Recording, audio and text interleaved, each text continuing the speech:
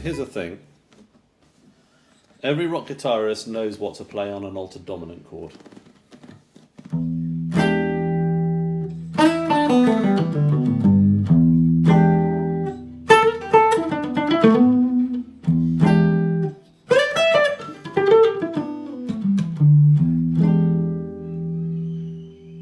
Doesn't it sound great?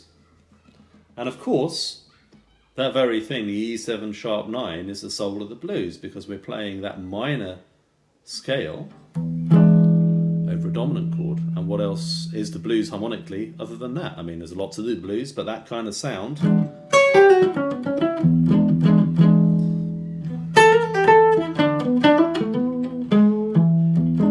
Then maybe the major third almost as an ornament, but certainly not the default choice. Okay? That kind of sour tonality is the basis of the blues music, and of course blues music is the basis of jazz. To some degree, anyway. To me, jazz without the blues is like not jazz anymore. So this basic choice is really just treating, if you like, E7 sharp 9 as an E minor 7th chord.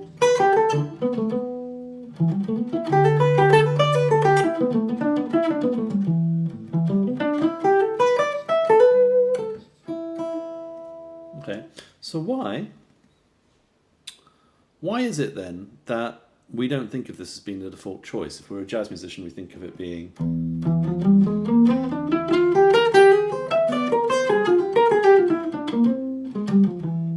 for beginners, they're much more difficult to handle E altered tonality based around the F melodic minor. Okay, why do we think of it that way? And I think the answer is basically down to an article of faith in modern jazz harmony theory books, which is the idea that the scale and the chord should reflect each other exactly. That every note of the chord should be within the scale, and anything other is an outside choice. This is clear to see in books such as Mark Levine's jazz theory book, but it can be traced back as early as Jerry Coker's book Improvising Jazz from 1964, where he talks about scales fitting chords.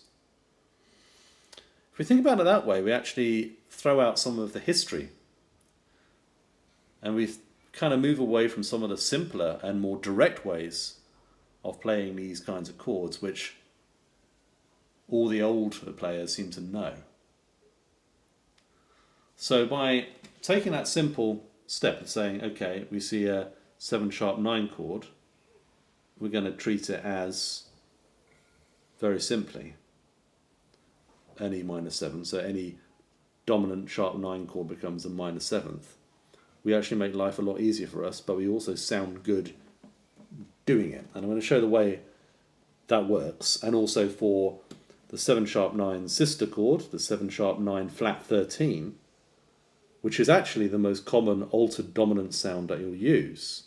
I'm going to show why that can also be treated as a much simpler harmony, and how it actually sounds better a lot of the time to do that.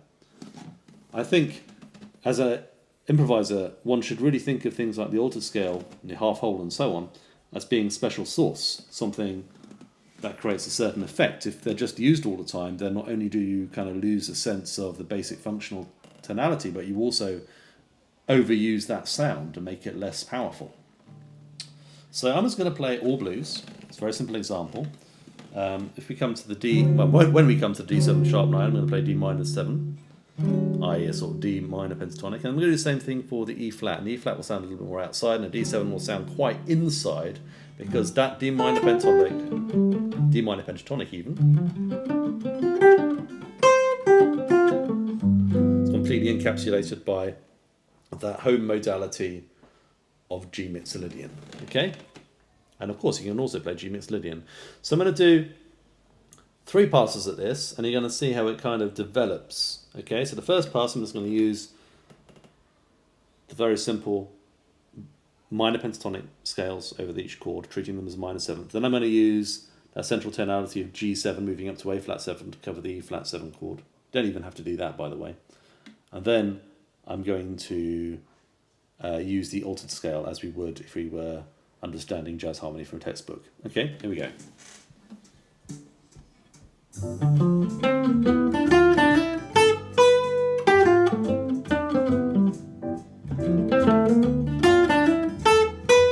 C7.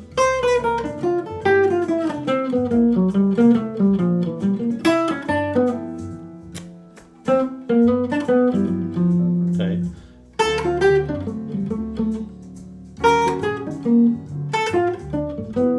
There's D blues and E flat blues and the D blues again.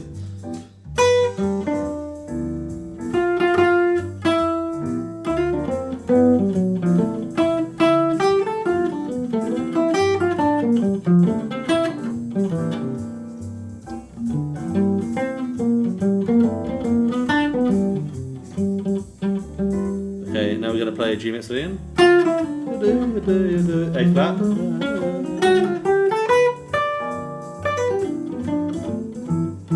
Okay, carrying on.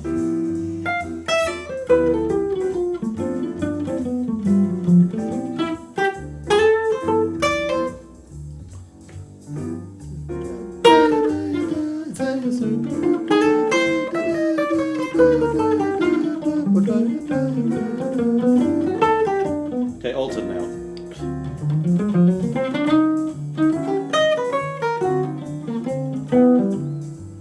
Okay. So hopefully that gives you the idea right away. Not only have we got sort of like a little bit of a development going on musically, but obviously the altered scale is far more of a convoluted tonality, far more outside than the much more vanilla sounding D minor and E flat minor pentatonic or blues scales, right? Even G mixolydian moved to A flat mixolydian is simpler for the ear to understand.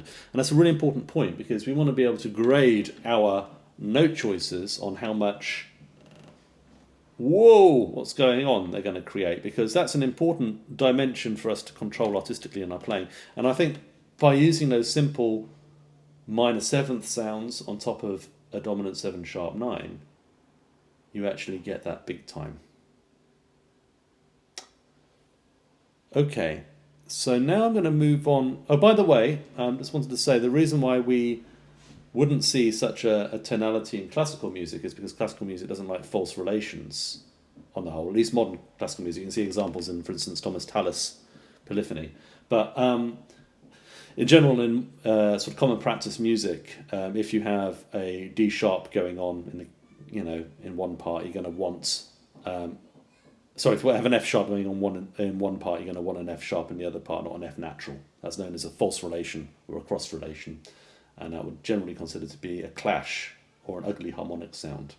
Of course, the very definition of what we might play in a blues, being a flat third against a dominant chord, is itself a false relation. Okay, so now I want to talk about the sister chord of the 7 sharp 9, which is the 7 sharp 9 flat 13, which is a very common dominant chord. And also the flat 9 can enter the picture as well. And again, we're going to treat this chord as a minor 7th, but we're going to bear in mind the fact that we can also, and this is D7 sharp 9 in this case, let's go to G actually. So this is in the key of C minor, G7, okay.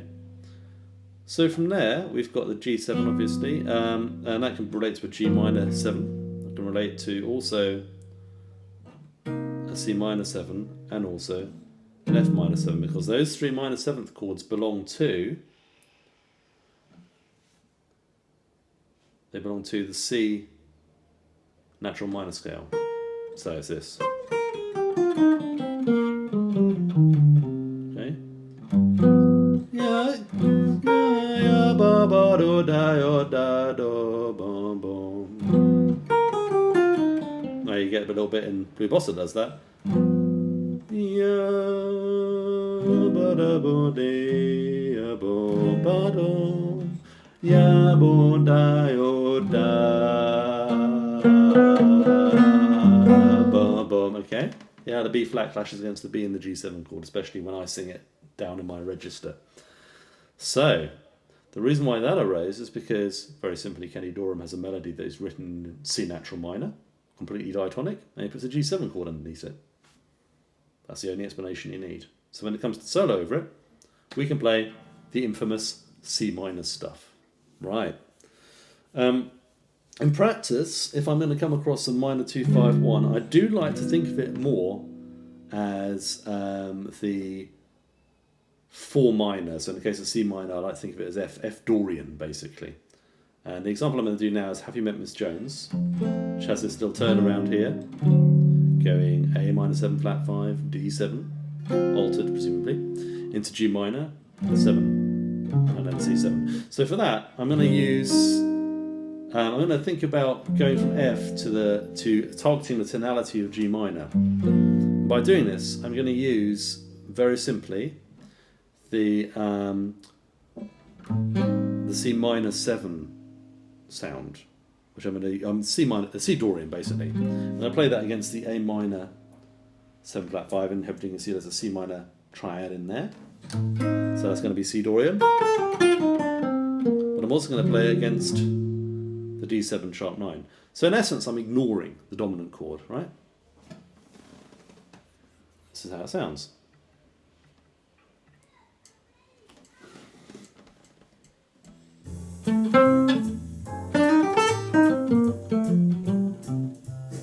Here we go again.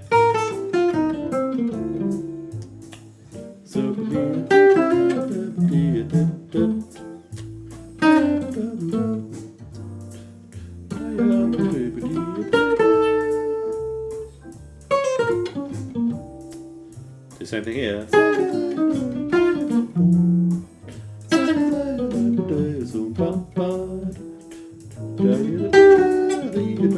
It's always nice to sort of not do the same thing every time, break it up a little bit, which is why I did a different thing the third time.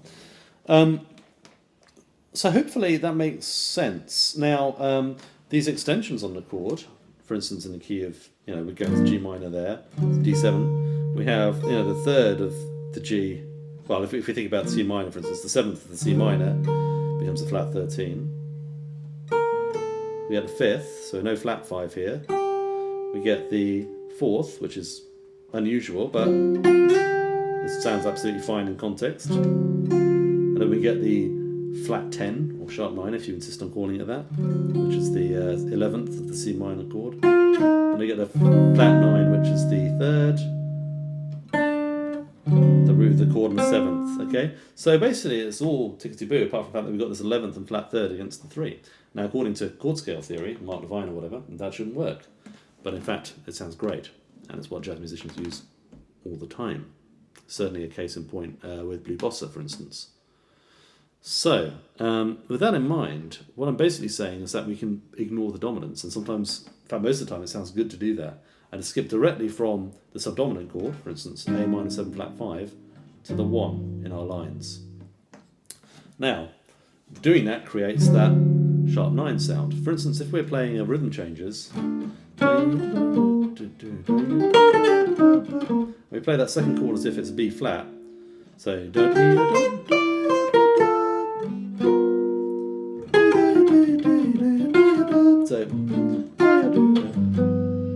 instead of playing that G7 as an actual chord, we just carry on and B flat major. You're going to get this sort of sharp 9 13 sound, which is like this. Sorry, it's this. Which sounds pretty hip, so it's like...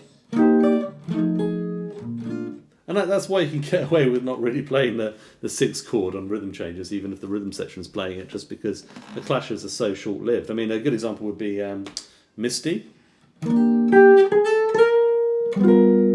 Somebody will play that.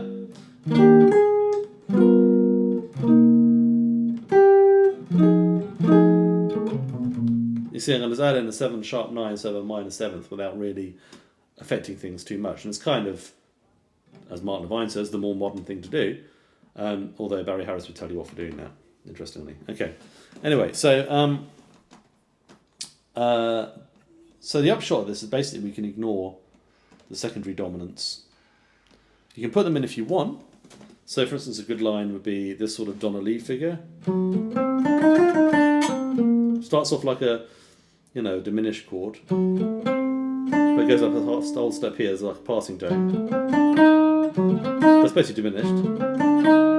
And then instead of having that third of the D7 there. This goes to an F natural. So F sharp to F natural. Sorry. So what this means is that we can take that G destination chord, a second, I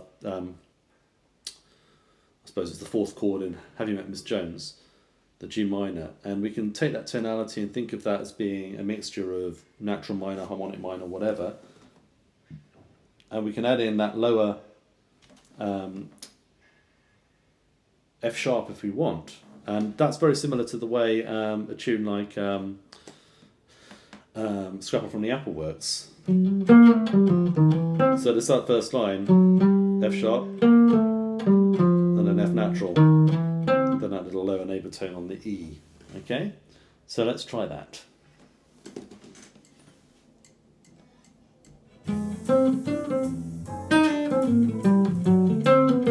Okay, sounds great, right?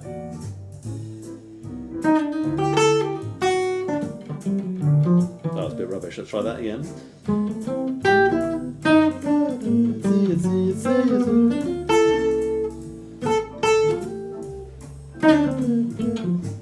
Do the same thing again.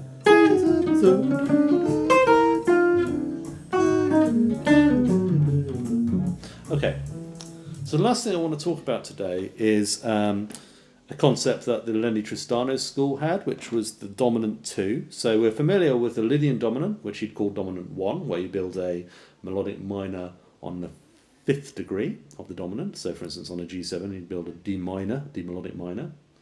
And you have the other well-known option, which is the altered scale, which is when you build a melodic minor a half step up. Barry Harris would call this important minor and minor's tritone, by the way, for an analogous concept in the way he teaches. There's a third one, which is building the melodic minor on the flat 7 degree of the dominant chord. And this relates to what we've just done, actually. So we just played on A minor, we just played the C minor 7. On the A minor 7 flat 5, we played the C minor 7 chord. And we kept the same thing going on the D7 sharp 9, flat 13, flat 9, whatever you call it. Now the idea that the Tristano school had, particularly like Warren Marsh, is where I learned it from, John Klopotowski's book, A Jazz Life, is you can actually use the major 7. So that becomes C melodic minor. And that works particularly well in a major key, it must be said. So if we do, for instance, C minor on the A7, D7 sharp 9, C minor there, and then we do B flat melodic minor,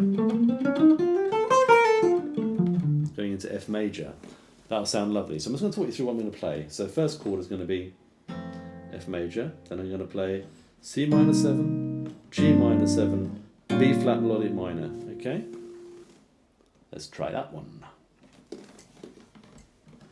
F major. Okay, C minor, Dorian. Okay. Yeah, how good that melodic minor sounded, right? So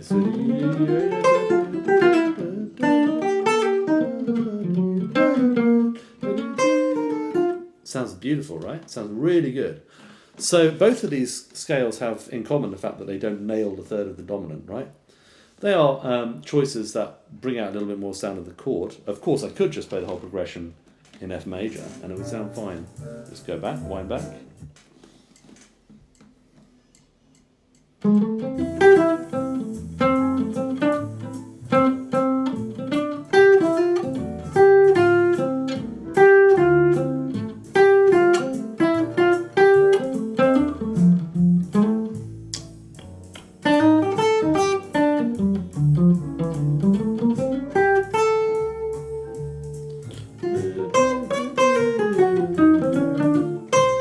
I used the melodic minor to get into that, although I started a little early for it to sound good, but into the bridge there.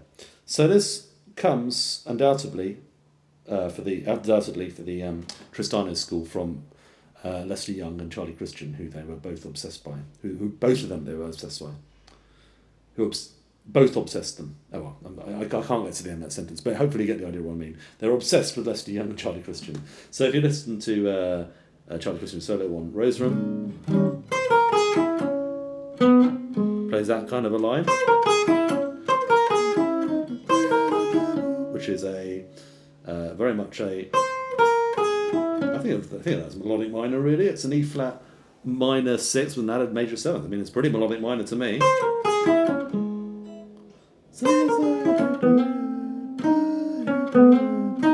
That's how it goes. Then resolves to A flat. How nice is that? Okay, so that's probably where it came from, and that's probably why they started using it. You can also see similar examples in Lester Young, for instance. Charlie Christian was very much influenced by Lester Young.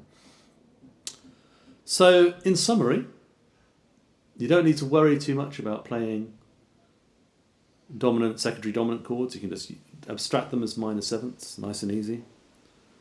And you can stay very much in the key. So, for instance, if you're playing rhythm changes in B flat, you can stay in B flat and add in any flavour you want whenever you want.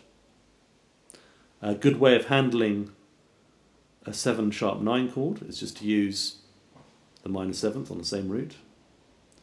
If you want to have more colours, you can use the Dorian mode, a whole step down, or the melodic minor, a whole step down. And to my ears, the melodic minor sounds better. Sounds a lot better when resolving to major. Okay. So hopefully I've explained that clearly. Let me know any questions you might have below. And thanks for watching. Bye.